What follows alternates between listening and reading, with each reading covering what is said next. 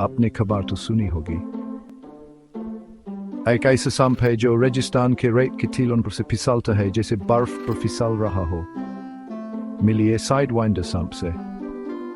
یہ سانپ ریگستان کا ماہر ہے۔ سائیڈ وائنڈر کو یہ نام اس کے ترچھا چلن کے انوکھے طریقے کی وجہ سے ملا ہے۔ دوسرے سانپوں سے بالکل الگ، یہ اپنی جسم کے کچھ حصوں کو زمین سے اوپر اٹھا لیتا ہے تاکہ گرم ریت سے اس کا جسم لگے۔ بڑا ہوشیار ہے نا؟ آپ کو سائیڈ وائنڈر شمالی امریکہ کے سیرون میں ملیں گے، خاص طور پر جنوب مغربی امریکہ اور میکسیکو میں۔ وہ اپنے ریتیل گاروں میں رہنے کے لیے بالکل فٹ ہیں اور اپنی اس شکل کے جسم سے ریت کی ٹیلوں پر ترچھا چلتے ہیں۔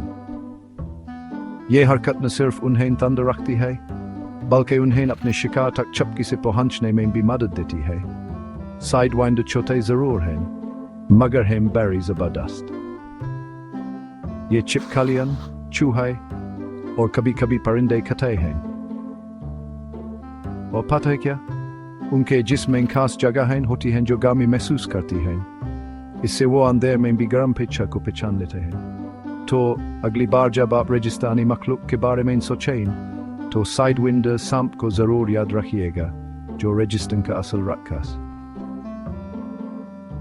اور بھی دلچسپ قدرتی معلومات کے لیے لائک کریں اور فالو کریں۔